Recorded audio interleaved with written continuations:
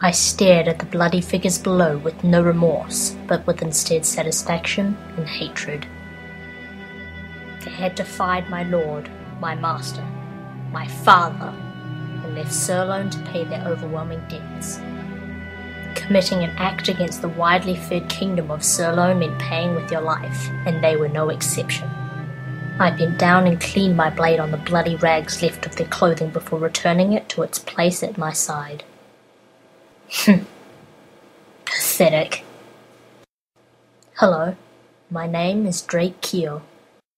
I have zero tolerance for disobedience and sheer stupidity, which is precisely why my father made me the head of the Royal Assassins at the age of only 8. I was born to kill. Without thinking twice, I was off out the door, dashing in between the trees. I could make out 4 silhouettes, running fast in front of me. Wait! Please stop! I'm not going to hurt you! The forest glowed a bright orange against the setting sun, and the green leaves seemed to turn a grotesque brown colour, an illusion cast by the great sunset. This was the time of day when everything went dead. Day-walking animals retreated to their homes, and nocturnal animals would soon be coming out, leaving no critters to fill the void between the shift changes. It's the time of day that makes me feel the most alive, when the natural beauty of the surrounding landscape is at its peak, and my body casts an endless shadow on the forest floor, extending into the reaches of other shadows in the far distance. Suddenly, as we broke into a clearing, the shorter figure fell. This is my chance. So I threw my arms back and my head forward, running on the tips of my toes at the speed of light. Showing up your greatest potential as the first move was no way to duel. You have to save it until the very end when the timing is perfect and you can strike your enemy in one swipe. Come on! By the time the little girl was back on her feet, I was standing only a couple of feet away with my hand resting securely on the handle of my blade. What do you want? How old are you? What does it matter? You're going to kill us all anyway. It all depends on how old you are. 17? I love the way my sword vibrates as it passes through bone and sends tingly sensations up and down my arm. How blood smells when it's first spilled, like a whiff of a rusted, overused blade stabbed into the earth as a memorial to those who bore it.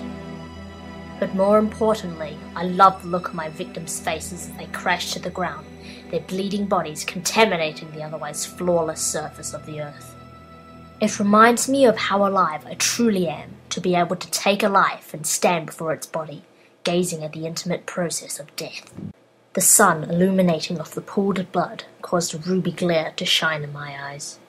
What do you want of us? I want nothing of you. You'll live, for now. But you're dead the day you turn 16. I knelt down to examine my work, admiring how her looks were only improved in death. She now held a natural beauty, something she didn't have in life. I am an artist. By that I mean I kill that which has no purpose, and giving life to that which does. How can someone be so cruel? How can someone be so pathetic? She's close to my age, I can tell. Pretty, too. Please, don't hurt them. She had short blonde hair and fair skin. I can't see what colour her eyes are, but I'm guessing they're green.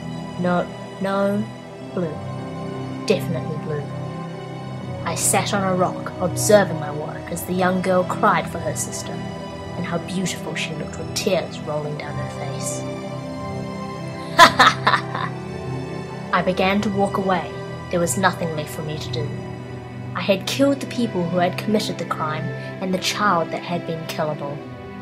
She would live the rest of her short life in fear, until one day I would return and give her the honour of dying painfully by my hand, just as her sister did.